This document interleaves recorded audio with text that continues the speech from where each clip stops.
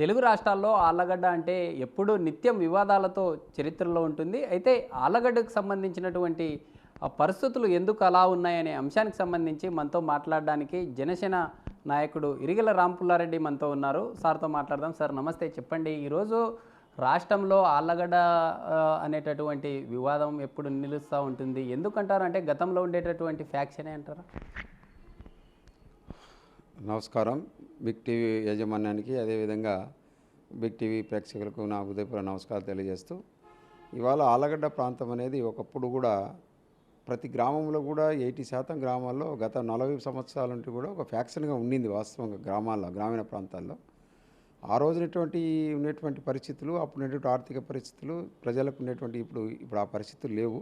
ఎందుకంటే ఆళ్ళగడ్డలో కూడా ఇవాళ మాకు బంగారు పంటలు పండించే రైతులు తయారయ్యారు. అదేవిధంగా యువత కూడా బాగా చదువుకున్నారు. ఇవాళ గొడవల వల్ల ఏమీ ఉపయోగం లేదు. మనం జనజీవన సమితిలో బాగా పీస్ఫుల్గా బతకాలనేటువంటి ఆలోచనతో అందరిలో కలిగింది. ముఖ్యంగా కూడా గతంలో ఏదంటే జరిగింది, కానీ అప్పుడు తెలియని కొద్దిగా వర్గాలుగా ఏర్పడడం, తర్వాత ఆ వర్గాలు ఒక ఫ్యాక్షన్గా రావడం, అది దానికి కొద్దిగా రాజకీయం చొప్పించుకొని రావడం. గతంలో ఉన్నటువంటి పాలకులు కూడా ఇక్కడ వర్గాలు పెంచుకునే దానికోసం ఒక మనుషులు కూడా కొద్దిగా వైషమ్యాలు వీళ్ళు సృష్టించడం జరిగింది. కానీ అప్పుడు నమ్మారు ప్రజలను. ఇప్పుడు కొద్దిగా సొంతగా ఆలోచన చేసేటువంటి ప్రజానీకం ఈ ఆళ్ళగడ్డ తాలూకులు ఆలోచన చేస్తున్నారు. కాబట్టి ఇప్పుడు ముఖ్యంగా యువత బాగా చదువుకున్నారు, కాబట్టి అందరూ ఎడ్యుకేటెడ్ అయిపోయారు. కాబట్టి దీని గురించి ఇది మంచిది కాదు, ఇది సమాజంలో మంచిది కాదు. మనం అభివృద్ధి చెందాలి, మన కుటుంబాలు అభివృద్ధి చెందాలి, ఈ ప్రాంతం అభివృద్ధి చెందాలనే ఉద్దేశంతో అందరూ కూడా తెలుసుకోగలిగినప్పుడు ఇప్పుడు ఆళ్ళగడ్డ అభివృద్ధి పథంలో నడిచేదానికి అవకాశాలు ఉన్నాయని తెలియజేస్తున్నారు. ఈ 5 సంవత్సరాల వైసీపీ ప్రభుత్వ పాలనలో గతంలో ఆళ్ళగడ్డ ఎలా ఉండేది, ఇప్పుడున్నటువంటి సిచ్యువేషన్లో ఎలా ఉంది? నిజంగా డెవలప్మెంట్ అనేది ఆళ్ళగడ్డ నియోజకవర్గంలో జరిగిందంటారా? ఇక్కడ మనం ఒకటి చెప్పుకోవాల్సింది ఏమిటంటే, గతంలో మాకు ఇరిగేషన్ చాలా తక్కువ ఉండింది. ముఖ్యంగా మాకు కేసీ కెనాల్ గతంలో ఈ బ్రిటిషుల టైం తర్వాత కేసీ కెనాల్ బ్రిటిషుల టైం ఉన్నప్పుడు కేసీ కెనాల్ ఒకటి ఉండింది. ఆ కేసీ కెనాల్ కింద మా ఆళ్ళగడ్డ తాలూకాకు వచ్చేప్పుడు దాదాపు 40,000 ఎకరాల కంటే ఆయకట్టు స్వీకరించలేదు ఆ రోజు. అయినా మాకు చివరి ప్రాంతం అయింది. ఆ రోజులో మాకు సుంకేశ్వర బ్యారేజ్ నుండి నీళ్ళు రావాల్సిన పరిస్థితి వచ్చింది. తర్వాత అది ఏమైందంటే, ఎన్టీ రామారావు గారు ముఖ్యమంత్రి అయిన తర్వాత పోతిరెడ్డిపాడు ఎడ్డెక్టేటర్ ఉంటూ తీసుకొచ్చి లాకెట్స్లో కరెంటు తీసుకొని వచ్చేసి ఇక్కడ కేసీ కెనాల్కు జాయిన్ చేయించడం వల్ల కేసీ కెనాల్కు నీళ్ళు రావడం కూడా జరుగుతూ ఉండింది. తర్వాత ఇంకోటి ఏమిటంటే, మాకు లైనింగ్ లేకపోవడం వల్ల 1995 ఆ ప్రాంతంలో జపాన్ గవర్నమెంట్ నుండి వచ్చిన ఎయిడ్తో 555 కోట్లు వస్తే కేసీ కెనాల్ను స్వీకరించి కేసీ కెనాల్ను పూర్తిగా లైనింగ్ చేయడం వల్ల మాకు చివరి ఆయకట్టు భూమికి నీళ్ళు రావడం జరుగుతూ ఉంది. తద్వారా ఇప్పుడు అదే కాకుండా మాకు ఆ కేసీ కెనాలే కాకుండా మాకు ముఖ్యంగా ఎన్టీ రామారావు గారి టైంలో ఆయన ఉన్నప్పుడు 85-86 ప్రాంతంలో ఎన్టీ రామారావు గారు తెలుగు కాలువ మా నల్లమల ఫారెస్ట్ అమ్మడి వెళ్తూ ఉంది. దాని ప్రకారం ఆ తెలుగంగ అక్కడ వెళ్ళడం వల్ల ఏదైతే కొండ ప్రాంతం ఏదైతే ఉందో దాదాపు 85,000 ఎకరాల ఆయకట్టును ఈ తెలుగంగ కెనాల్ కింద స్థిరీకరించడం జరిగింది. దాని తర్వాత 32 డిస్ట్రిబ్యూటర్లు వచ్చాయి. అదేవిధంగా చిన్న చిన్న ట్యాంక్స్ కూడా ఆ కాలువలతో నింపడం జరిగింది. అక్కడ ఒక 15,000 ఎకరాలు వచ్చింది. దాదాపు 1,00,000 ఎకరాలు తెలుగంగ కాలువ కింద ఆయకట్టు స్థిరీకరణ వచ్చింది. తర్వాత తద్వారా గ్రౌండ్ వాటర్ కూడా పెరిగి ఇక్కడ బోర్వెల్ ఇరిగేషన్ కూడా బాగుంది. కాబట్టి దాదాపు ఇక్కడ ప్రాంతము టోటల్గా అంతా ఇరిగేషన్ అయిపోయే పరిస్థితి వచ్చింది 90% దాకా. రానున్న ఎన్నికల్లో ఇటు టీడీపీ జనసేన పొత్తులుగా రాబోతూ ఉన్నాయి. రానున్న రోజుల్లో ఆళ్ళగడ్డ నియోజకవర్గం నుంచి ఎలా ఉండబోతుందంటారు? ఇప్పటికే జనసేన నుండి మీరు ఉన్నారు, అటు టీడీపీ నుంచి భూమా వర్గం వారు ఉన్నారు. ఎలా కలిసిపోయే అవకాశాలు ఉన్నాయంటారు? ఇప్పుడు జనరల్గా ఏంటంటే, జనసేన పార్టీ, తెలుగుదేశం పార్టీ ఒక నిర్ణయానికి రావడం జరిగింది. రాష్ట్రంలో ఉన్నటువంటి రాజకీయ పరిస్థితుల ప్రభావం వల్ల ఇక్కడ ఒక దుర్మార్గమైన పాలన కొనసాగుతూ ఉంది. ఇక్కడ ఒక రౌడీజం ప్రభుత్వము, దోపిడీదారుల ప్రభుత్వము, అభివృద్ధి అనే ప్రభుత్వం నడుస్తూ ఉంది. ఈ రాష్ట్రానికి ఈ ప్రభుత్వము, ఇటువంటి ముఖ్యమంత్రి ఉండడం వల్ల పూర్తిగా అన్యాయం అయిపోతుంది. రాష్ట్ర ప్రజలు, రాష్ట్రం కూడా అన్యాయం అయిపోతుంది.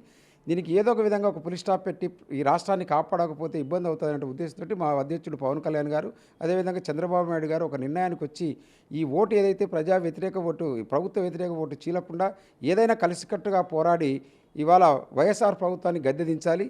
ఏదైతే జనసేన అదేవిధంగా తెలుగుదేశం మిశ్రమ ప్రభుత్వం ఇక్కడ వచ్చి ఈ యొక్క ఆంధ్ర రాష్ట్రాన్ని ఒక అభివృద్ధి పథకాలు తీసుకెళ్ళాలి.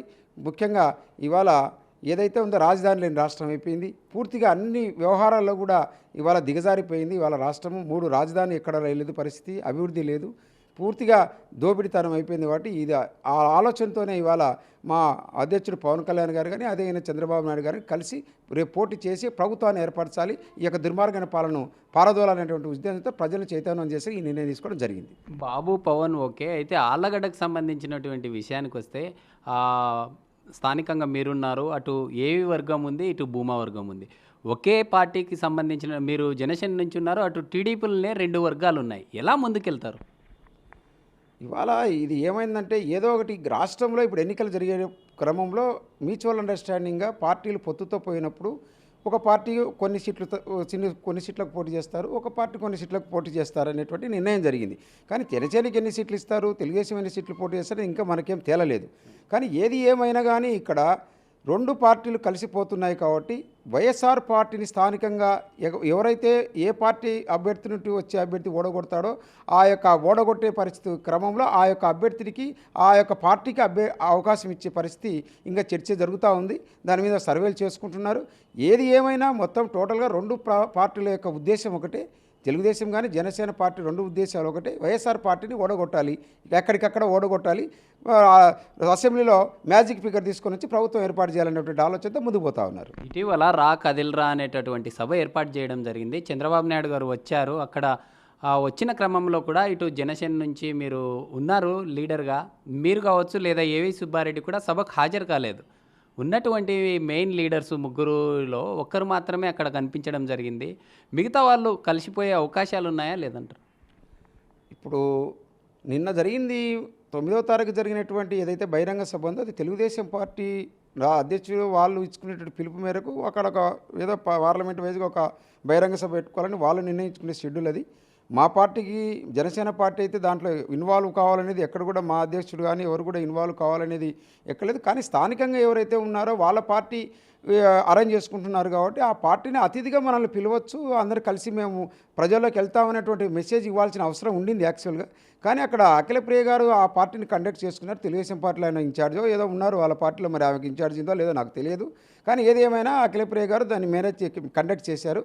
కానీ కండక్ట్ చేసిన తర్వాత అది పిలవాల్సిన బాధ్యత వాళ్ళకు ఉంది. మరి వాళ్ళు ఎందుకు పిలిచలేదో మరి ఎందుకు లేదో అది నాకు తెలియదు. కానీ మేమైతే ఆ రోజు మనం పిలుస్తారు, మనం కూడా మీటింగ్కి వెళ్ళాలనేటువంటి ఆలోచనతో పిలుస్తారు, వెళ్ళాలనే ఆలోచనతో ఉన్నాము. కానీ ఎందుకు పిలిచలేదు, మనం వెళ్ళలేదు. అంతేగాని దీనికేం పెద్దగా తేడా ఏం లేదు. ప్రజల్లో వ్యతిరేకత ఉండదంటారా? అంటే ఉన్నటువంటి లీడర్లలోనే ఇలాంటి పరిస్థితి ఉంటే ప్రజల్లో వ్యతిరేకత ఉంటుంది, ఎలా ముందుకెళ్తారు? అంటే ఈ వ్యతిరేకత అనేది ఇప్పుడు మనకు వ్యతిరేకత ప్రభుత్వం మీద ఉండే వ్యతిరేకత కంటే ఉన్నటువంటి లీడర్ల మీద వ్యతిరేకత పెరుగుతూ ఉంటుంది. నో అట్లా ఏమి కాదు. జనరల్గా ఏమవుతుందంటే అది వాళ్ళ సభ పెట్టుకున్నారు, బహిరంగ సభ, రాజకీయ సభ పెట్టుకున్నారు. ఏది ఏమైనా కానీ అక్కడ జరిగింది ప్రభుత్వం మీద ఉన్నటువంటి ఫెయిల్యూర్స్ గురించి మాట్లాడారు. దాని మీద పెద్ద ఇతిమిద్దం కాదు. కానీ రేపొద్దున ఇక్కడ జనసేన పార్టీకి అవకాశం ఇస్తే తెలుగుదేశం చేయదు, తెలుగుదేశంకు అవకాశం ఇస్తే జనసేన పార్టీ చేయదు. రేపు టికెట్లు అనౌన్స్ అయిన తర్వాత పార్టీ పెద్దలు ఉంటారు, లేకుంటే తీసుకున్న వాళ్ళు అందరూ కలుసుకుంటే ఏది అయినా కానీ ఈ రాష్ట్రంలో ఒకవేళ జనసేనకు వస్తే మేము తెలుగుదేశంలో కలుపుకొని పోతాము.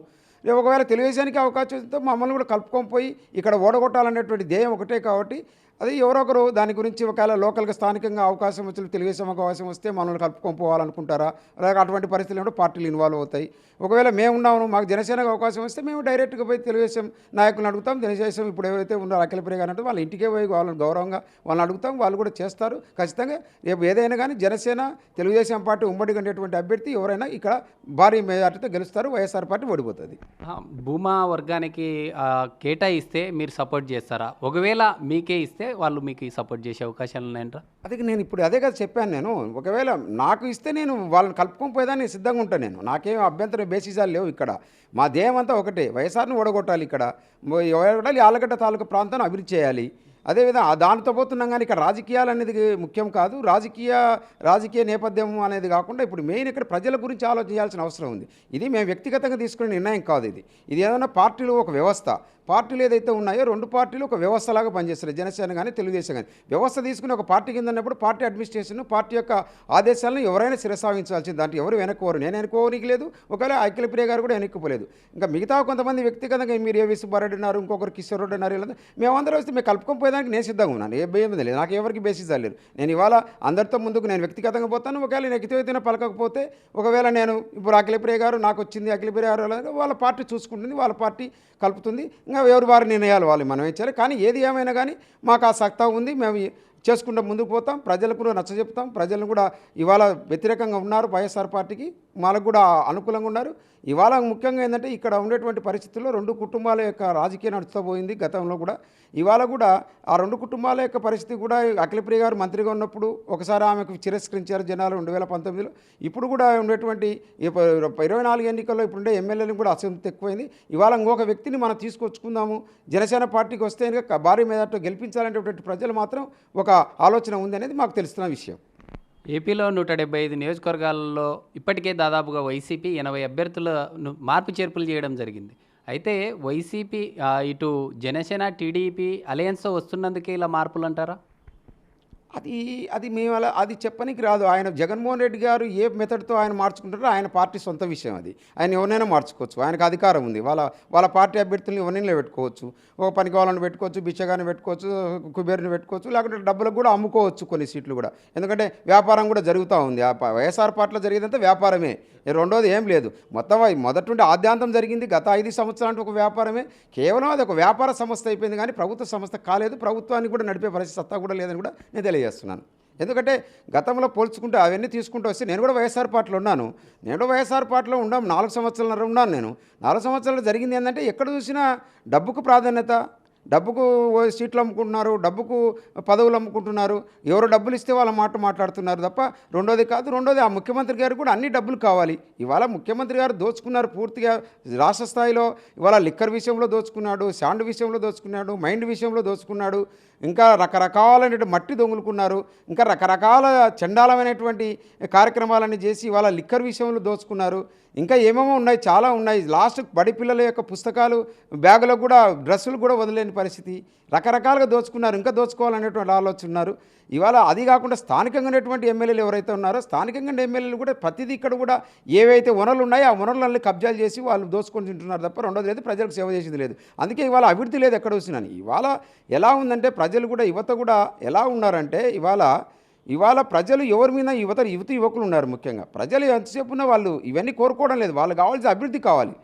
గతంలో మీరు వైసీపీ ప్రభుత్వంలో ఉన్నారు, ఇటీవలే జనసేనలో జాయిన్ కావడం జరిగింది. ఏంటి అసలు ఏ కారణం వల్ల మీరు ఇలా సైలెంట్ అయిపోయారంటారు? వైఎస్ఆర్ పార్టీలో ఇదే కదా కారణం. అంటే మేము కోరుకునేది వేరు. మేము ఆ రోజు వైఎస్ఆర్ల పార్టీలో చేరినప్పుడు జగన్మోహన్ రెడ్డి ద్వారా మేము వైఎస్ఆర్ పార్టీ ద్వారా కోరుకునేది వేరు. మేము ఇక్కడ ఆలగడ్డ అభివృద్ధి కోరుకున్నాం. అదేవిధంగా అందరి యొక్క ప్రజల యొక్క బాగోగులు కోరుకున్నాం. యువకులకు ఉద్యోగాలు కావాలని కోరుకున్నాం. ఆ రోజు స్పెషల్ స్టేటస్ కావాలని కోరుకున్నాం. ఆ రోజు ఆయన చెప్పాడు స్పెషల్ స్టేటస్ నేను మెడల్ వచ్చి తీసుకొని వస్తానన్నాడు.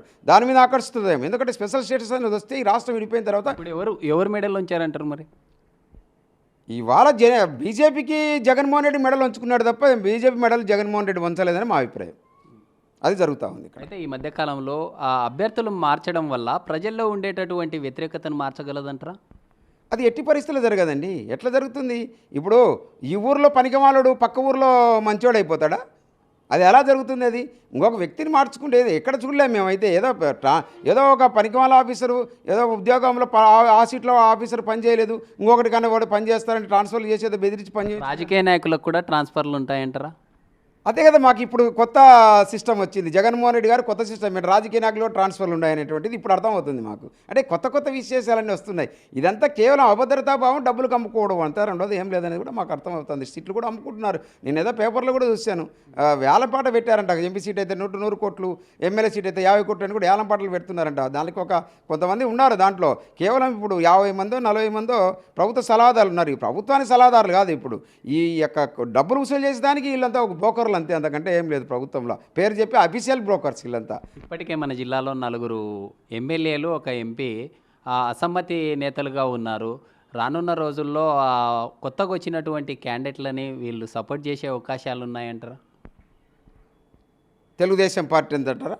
తెలుగుదేశం పార్టీ జనసేన పార్టీ వాళ్ళకి support. వైసీపీ సంబంధించి ఇటు మంత్రి గుమ్మనూరు జయరాం కావచ్చు, కోడుమూరు సుధాకరు, సంజీవ్ కుమారు, ఇటు ఆర్తరు, వీళ్ళకి అంటే ఒక ఎమ్మెల్యేలకు జరిగినటువంటి న్యాయము సామాన్యమైన ప్రజలకు జరుగుతుందంటారా? అంటే ఇటీవల చూసాం 2 ఎస్సీ నియోజకవర్గాల్లో అభ్యర్థులను మార్చుతున్న సందర్భాలని. గతంలో ఏపీలో 29 శాసనసభ సంబంధించినటువంటి స్థానాల్లో 22 ఎస్సీ సెగ్మెంట్లనే మారుస్తూ ఉన్నారు. అంటే రెడ్డి సామాజికం కావచ్చు లేదా వేరే సామాజిక వర్గాల్లో మార్పులు అవసరం లేదంటారా? ఇప్పుడు ఎస్సీ కాన్స్టిట్యున్సీ బీసీ కాన్స్టిట్యూన్సీలో ఏంటంటే అక్కడ కూడా ఎస్సీ ఇప్పుడు వాళ్ళకి ఇస్తే డబ్బులు ఇవ్వలేదు. ఇప్పుడు ఎక్కడల్లో కొద్దిగా డబ్బులు ఇచ్చే వాళ్ళు ఉన్నారు. ఎస్సీలలో కూడా కొంతమంది డబ్బులు సంపాదించుకున్న వాళ్ళు ఉన్నారు. బీసీలలో కొద్దిగా డబ్బులు సంపాదించుకున్నారు, వ్యాపారాలు సంపాదించుకున్నారు. వాళ్ళు డబ్బులు ఇస్తూ ఉన్నారు, ఎక్కడెక్కడో వస్తున్నారు. ఇప్పుడు నందికొట్కూరు ఉంది. నందికొట్కూరు ఏంటి మొన్న ఏదో నేను విన్నాను పేపర్లో, ఎవరో ఒక అభ్యర్థిని స్థానికేతరుని తీసుకొచ్చారు. అతను డాక్టర్ అంట. ఆయన డాక్టర్ మీద బాగా డబ్బులు సంపాదించుకున్నాడంట. ఐసీ క్యాండిడేట్ డబ్బులు ఉన్నాయి. అదే నీకు ఒక వచ్చింది, డిమాండ్ వచ్చింది. ఈయన లోకల్గా ఇస్తే ఇక్కడ ఏమవుతుంది, ఇక్కడ డబ్బులు రావు కదా, కాబట్టి అక్కడ తీసుకొచ్చి పెట్టుకుంటున్నారు. కేవలం డబ్బు సంపాదించుకోవడమే ఎంత. ఇది ఎంత కంపెనీ, ఈ డబ్బులు సంపాదించే కంపెనీ ఎంత, అంతకంటే రెండోది ఏం కాదు. వైఎస్ఆర్టీ పార్టీ అనేది ఇది పార్టీ కాదు. ఇది కేవలం దోపిడీ చేసుకోవడమే, ప్రజల పేరు చెప్పి దోపిడీ చేసుకోవడమే. ఇప్పుడు సంక్షేమ కార్యక్రమాలు కూడా అంతే. ఎక్కడ 10 రూపాయలు ఖర్చు పెడుతున్నారు, 100 రూపాయలు సంపాదించుకుంటున్నారు. ఇప్పుడు లిక్కర్ ఉంది, లిక్కర్ ఏది నచ్చిన బ్రాండ్ లేదు, తాగేవానికి నచ్చిన బ్రాండ్ లేదు, నచ్చిన రేటు లేదు. 10 రూపాయలు దాన్ని 70-80 రూపాయలు లిక్కర్ బాటిల్ని ఇవాళ 140-120 రూపాయలు చేశారు. కేవలం దోచుకున్నారు. కానీ ఈ రోజుకి కూడా అన్ని చోట్ల పండ్లు అమ్ముకునేవాడు, బజార్లో ఉండేవాడు కూడా ఏదో మనీ ట్రాన్స్ఫర్ సిస్టమ్ ఉంది, కానీ దాంట్లో పోతే క్యాష్ సిస్టమే పెట్టుకున్నారు. ఎందుకంటే డబ్బులు కావాలి వాళ్ళకు. ఇదంతా బ్లాక్ మనీ కావాలి. ఈ బ్లాక్ మనీ తీసుకెళ్తున్నారు, ఇవన్నీ వసూలు చేసుకుంటున్నారు, తీసుకెళ్ళి ఫారిన్ కంట్రీలో వ్యాపారాలు పెట్టుకుంటున్నారు. కేవలం అదే పరిస్థితి ఉంది. ఇప్పుడు జగన్మోహన్ రెడ్డి కూడా ఓడిపోతే ఈ దేశంలో ఉంటాడని నేను అనుకోవటం లేదు. ఎప్పుడో వెళ్ళిపోయి బుక్ చేసుకొని ఎక్కడో లండన్ గిండన్ పోయి సెటిల్ అయిపోతాడు. విజయమాల్య మాదిరి మళ్ళీ మనం తెచ్చుకోలేరు చట్టాలు కూడా ఆయన. అది నేను అనుకుంటున్నాను. ఈ మధ్యకాలంలో చూశాము, గతంలో సొంత చెల్లి తల్లి కూడా పాదయాత్రలు చేసి అనేక రకాల కార్యక్రమాలను చేశారు చూశాము. అయితే సొంత చెల్లి వేరే పార్టీ వీడి అధ్యక్షులుగా వ్యవహరిస్తూ ఉన్నారు. ఎలా ఉంటుందంటారు? జగన్కి గట్టి శాఖ తగిలినట్టు అంటారా? నేను అంటున్నది అదే. నేనే కాకుండా ప్రజలే కాకుండా సొంతం రక్తం పంచకుండా పుట్టినటువంటి సంతానంలోనే వాళ్ళ ఇంట్లోనే డివిజన్ వచ్చిందంటే ఈయన ఎంత దుర్మార్గమైనటువంటి వ్యవహారంలో ఉన్నారో అర్థమైతే. ఇది ఏది ఏమైనా వాళ్ళ కుటుంబ వ్యవహారం, మనమే చెప్పనీకి లేదు. వాళ్ళకు ఎవరికి కడుపు కావాలంటే వాడు వెళ్ళిపోతుంటాడు. ఎవడైనా తండ్రికి కొడుకు గొడవ అయితే కొడుకు బయటకు పోతాడు, లేదంటే తండ్రి బయటకు పోతాడు. అలాగే వాళ్ళకు ఒక దుర్మార్గమైన పాలన అనేది వాళ్ళే చెప్తున్నారు. ఇప్పుడు చెప్పకనే తల్లి చెల్లి బయటికి పోయి వేరే కుంపడి పెట్టుకొని ఈయన విమర్శిస్తున్నారంటే అప్పుడు అర్థమైంది వాళ్ళలో ఒక ఈయన దుర్మార్గం పాలన అనేది అందరు ప్రజలకు చెప్పకనే చెప్పినట్టు. రాష్ట్ర ప్రజలు నమ్మే అవకాశాలు ఉన్నాయంటారా? దేని గురించి రాష్ట్ర ప్రజలు నమ్మే? జగన్మోహన్ రెడ్డి గారినే. సొంత చెల్లి తల్లిని ఈ విధంగా చేసినటువంటి జగను రాష్ట్ర ప్రజలు నమ్మే అవకాశాలు ఉన్నాయంటారా? జగన్మోహన్ రెడ్డి నమ్మే పరిస్థితులు లేవండి సార్. ఇప్పుడు జగన్ను నమ్మే పరిస్థితులు లేవు. జగన్కు ఇవాళ ఎంత ఘోరంగా ఓడిపోతాడంటే చరిత్రలో ఆయన, నేను చెప్తుంటాడు, మా భారతదేశ చరిత్రలోనే మా ఆంధ్రప్రదేశ్ రాష్ట్రం ముందుంది అంటున్నాడు. రేపు ఓడిపోయేదానికి కూడా జగన్మోహన్ రెడ్డి అంత చరిత్రహీనుడిగా ఓడిపోతాడని నేను చెప్తాను. అంటే వైనాట్ 175 అనేటువంటి నినాదంతో ముందుకొస్తున్నప్పుడు అభ్యర్థులను మార్చాల్సిన అవసరం ఏముందంటారు? నిజంగా అలా జరిగిందంటారా? అంటే ఏదన్నా కొత్త చరిత్రను సృష్టించబోతుందంటారా వైసీపీ? ప్రతిపక్షం లేనటువంటి శాసనసభ అయితే ఉండదు కామన్గా మనం చూస్తే. అంటే ఈసారి ఏమన్నా అలా జరిగే అవకాశాలు ఉన్నాయంటారా? మీరు ఒకసారి గతం వెళ్తే 1985లో కాంగ్రెస్ పార్టీ పెద్ద పార్టీకి 26 సీట్లు వచ్చాయండి. 294 నియోజకవర్గాల్లో ఆ రోజుల్లో 26 పార్టీలు వచ్చినాయి. 26 సీట్లు వచ్చిన తర్వాత మళ్ళీ 89కి వచ్చేటప్పటికి ఏమైంది? మళ్ళీ అక్కడ అది 60 సీట్లకు పడిపోయింది. ఇక్కడ 160 సీట్లు 180 సీట్లు వచ్చి మళ్ళీ కాంగ్రెస్ పార్టీ చేసింది, రూలింగ్ ఫామ్ చేసింది. ఏదో ఒక ఎలక్షన్లో పూర్తిగా పడిపోయినాయి, తర్వాత వస్తాయనేది అది ప్రజలు నిర్ణయిస్తారు. ఫైనల్గా మీకు అధిష్టానం నుంచి పిలుపు వచ్చి మీకు అవకాశం కల్పిస్తే అభ్యర్థిగా మీరు ఎలాంటి డెవలప్ చేస్తారు? ఆళ్ళగడ్డకు సంబంధించినటువంటి ప్రజలకు మేము ఏం చెప్పదలుచుకున్నాం? ఇప్పుడు మాకు ప్రగాఢమైనటువంటి విశ్వాసం ఉంది. ఇక్కడ జనసేన పార్టీకి మా అధ్యక్షుడు అవకాశం ఇస్తాడు. జనసేన పార్టీకి నుండి ఇక్కడ పోటీ చేస్తామని కూడా మాకు ప్రగాఢమైన నమ్మకం ఉంది. ఏది ఏమైనా అధ్యక్షుడే తుది నిర్ణయం. అధ్యక్షుడు ఏం చెప్తే చేయాల్సింది. కానీ మా ప్రగాఢ ఆలోచన ఉంది. ఆయన కూడా మాకు ఇక్కడ జనసేన పార్టీని గెలిపించుకోవాలనేటువంటి ఆలోచన మా పార్టీ అధ్యక్షుడికి ఉంది. కానీ ఇది పొత్తుల వ్యవహారం కాబట్టి, సింగిల్ పార్టీ లేదు కాబట్టి, పొత్తులు కాబట్టి కొన్ని డిస్టర్బెన్స్ జరుగుతుంది అనేది మనకేం తెలియదు. ఒకవేళ వాళ్ళిద్దరు అధ్యక్షులు కూర్చొని నిర్ణయించుకుంటారు. ఏది ఏమైనా జనసేన పార్టీకే ఇక్కడ కేటాయించాలనేది మొదటి కూడా, ఎప్పుడైతే నేను పార్టీలో చేరినప్పటి కూడా ఆ యొక్క వాదన జరుగుతూ ఉంది. ఇక్కడ కూడా మన కొన్ని సర్కమ్స్టెన్స్ ప్రకారం అయితే ఇక్కడ జనసేన పార్టీకే ఇక్కడ ఎక్కువ విజయావకాశాలు ఉన్నాయని కూడా పార్టీకి మెసేజ్లు పోతూ ఉన్నాయి. బట్ నాకు ఒకటే వస్తే ఇక్కడ మేము జనసేన పార్టీ అత్యధిక భారీ మెజార్టీతో గెలుస్తాం. గెలిచిన తర్వాత ఇక్కడ సమస్యలు ఉన్నాయి. యాక్చువల్గా ఇక్కడ ఏం సమస్యలు ఉన్నాయంటే ఇవాళ మాకు మా ఆళ్ళగడ్డ ప్రాంతం పూర్తిగా వ్యవసాయ ఆధారితమైనటువంటి ప్రాంతం. మాకు ఎక్కడ కూడా ఒక ఇండస్ట్రీ లేదు. కనీసం అంటే ఒక చిన్న ఇండస్ట్రీ కూడా లేని పరిస్థితి అయిపోయింది. ఇవాళ యువతీ యువకులు దాదాపు 200 మంది ప్రతి గ్రామంలో ప్రతి చిన్న పంచాయతీలో కూడా 100-150 మంది యువతీ యువకులు చదువుకున్న వాళ్ళు ఉన్నారు. వాళ్ళు ఇవాళ ఉద్యోగాలు లేవు. ఇక్కడ ఏదైనా ఉద్యోగాలు తీసుకోవాలంటే హైదరాబాద్ బెంగళూరు పోయి జీవించాల్సిన పరిస్థితి వస్తుంది. పిల్లలు ఒకసాట, తల్లులు ఒకసాట. రెండోది ఇక్కడ ఏమవుతుందంటే మాకు వ్యవసాయం ఏదైతే రైతులు ఉన్నారో ఆ రైతుల యొక్క పరిస్థితి కెదలంగా కాలం ఉన్నాయని మాకు చివరి భూములకు నీళ్లు రావడం లేదు. ఇవాళ అది గతంలో ఉన్నటువంటి పాలకులు ఎందుకంటే మేము విమర్శించదు కూడా అని ఇవాళ గతంలో ఉండే పాలకులంతా దుర్మార్గం చేశారు. ఇక్కడ 32 డిస్ట్రిబ్యూటర్లు ఉంటే ఏ రోజు కూడా పూర్తి స్థాయిలో తయారు కాలేదు, లైనింగ్ చేయలేదు, పిల్లకాలు దోగలేదు, అదేవిధంగా సబ్ ఛానల్స్ తోగలేదు. రెండోది రైతులకు పోనీకి ఆయకట్టు రూట్ కూడా వేయలేని పరిస్థితి వచ్చింది. రెండోది ఇక్కడ దుర్మార్గం ఏంటంటే ఇంత వ్యవసాయ ఆధారిత రాయలసీమలో ఇది కోనసీమ ప్రాంతం మా తాలూకా. ఈ తాలూకాలో నుంచి రాయలసీమలో ఇంత విస్తీర్ణము రాయలసీమలో ఎక్కడ కూడా ఈ ప్రాంతంలో ఉన్నట్టు ఎక్కడ కూడా మంచి భూములు లేవు. ఎక్కడ ఇది కోనసీమ బంగారు పంటలు పండించినటువంటి భూమి ఇక్కడ.